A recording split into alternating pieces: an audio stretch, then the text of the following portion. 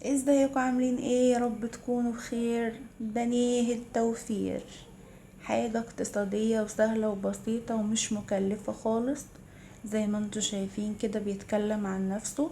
نقدر نعمل منه كمية ونحتفظ بيها في الفريزر. تمام، حاجة جميلة جدا وسهلة ومغذية لينا ولأولادنا كمان. تمام، تعالوا مع بعض نشوف الطريقة. بس انت لو اول مرة تشوفيني ما تنسيش تشتركي في القناة وتفعلي زر الجرس عشان يوصلك مني كل جديد، وما تنسوش اللايك.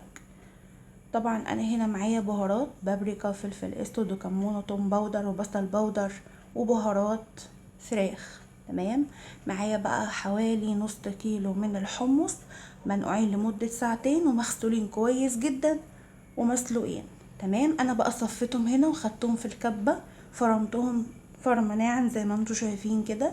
ومعايا حوالي ربع كيلو بطاطس برضو مسلوق ومهروس كويس جدا عشان ما يكونش فيه اي تكتلات.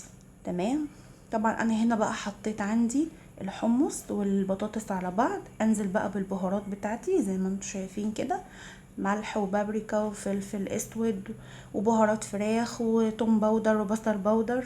تمام، ما ننساش بقى عشان خاطر البطاطس ما يبقاش فيها ميه، والحمص نفس النظام، هننزل بمعلقتين من الفيجيتار او دقيق، او لو عندك بقسماط يكون احسن برضو. تقدري ان انت تنزلي عليهم بمعلقتين عشان لو فيها اي سوائل نقدر ان احنا نتخلص منها.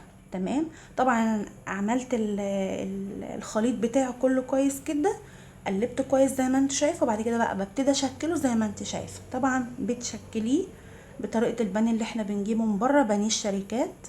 بس طبعا ده بانيه توفير وحاجه برضو نظيفه عاملاها في البيت، حاجه يعني مش مكلفة وفي نفس الوقت مغذية، حاجة انت ضمناها عاملاها بايدك. طبعا زي ما انتوا شايفين كده هنبتدي بقى ان احنا نشكله كده زي ما احنا عايزه. على فكرة ممكن تعملي برضو ستريبس، هنشوف الطريقة برضو مع بعض. بصوا زي ما انتوا شايفين مش صعب خالص، سهل وبسيط واقتصادي وفي نفس الوقت حاجة مغذية برضو. تمام، انا بقى هنا خلصت الكميه كلها شكلتها. بص يعني ما شاء الله رمت معايا قد ايه. يا جماعه عايزه اقول لكم برضو ملحوظه، هناخدهم دلوقتي نحطهم في التلاجة حوالي ساعتين لحد ما يتماسك خالص.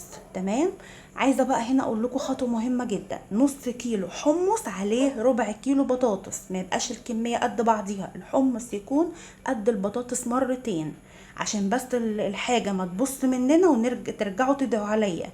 نص كيلو من الحمص عليه ربع كيلو بطاطس. تمام، طبعا انا بقى هنا هعمل خلطة كده اللي انا هنزل البانيه فيها. معايا كوباية دقيق، هحط عليها كوباية وربع مية. طبعا ده على حسب نوع الدقيق، في ممكن ياخد كوباية وفي ممكن ياخد كوباية وربع مية. طبعا هحط كوباية دقيق زي ما انتم شايفين، معايا كوباية وربع من المية. تمام، الكوبايه الدقيق خدت مني كوبايه وربع ميه.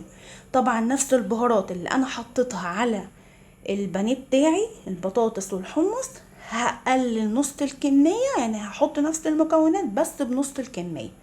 طبعا انا هنا بقى معايا حوالي يعني كيس فيجيتار، هاخد منه معلقتين بس، يعني هقسم الكيس نصين. احط على الخليط بتاعي نص كيس فيجيتار حار، لو انت عايزاه سبايسي يعني عايزاه عادي مفيش مشكله. وهحط النص التاني.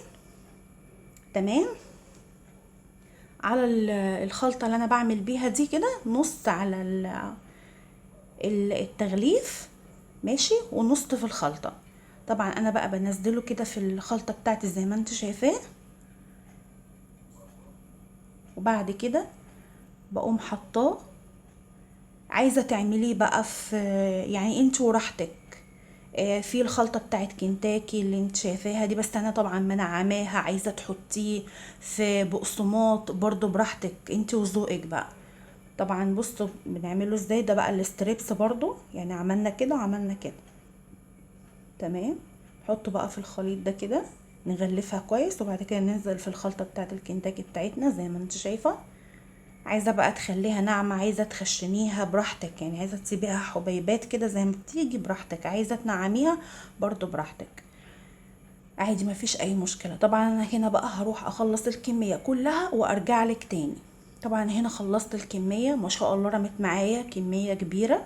تمام، من نص كيلو حمص وربع كيلو بطاطس زي ما انتوا شايفين كده. طبعا انا بقى هنا معايا طاسة فيها زيت سخن، انزل بقى معايا بالبانيه زي ما انت شايفه. بانيه بقى ولا مش بانيه؟ بصي بانيه اهو، مفيش فيه كلام يعني. طبعا هو مش بانيه فراخ بس، حاجه موفره وسهله، وكمان يعني غير ان هي اقتصاديه مفيده جدا لينا، فيها مكونات طبيعيه انت عاملاها بايدك ضمناها. تمام، زي ما انتم شايفين كده، حاجة تحفة بصراحة وجميلة. اتمنى ان انتوا تجربوه، يا رب يكون الفيديو عجبكم، ويا رب تكونوا استفدتوا مني بحاجة. ما تنسوش اللايك والاشتراك في القناة. اشوفكم في فيديو جديد ان شاء الله.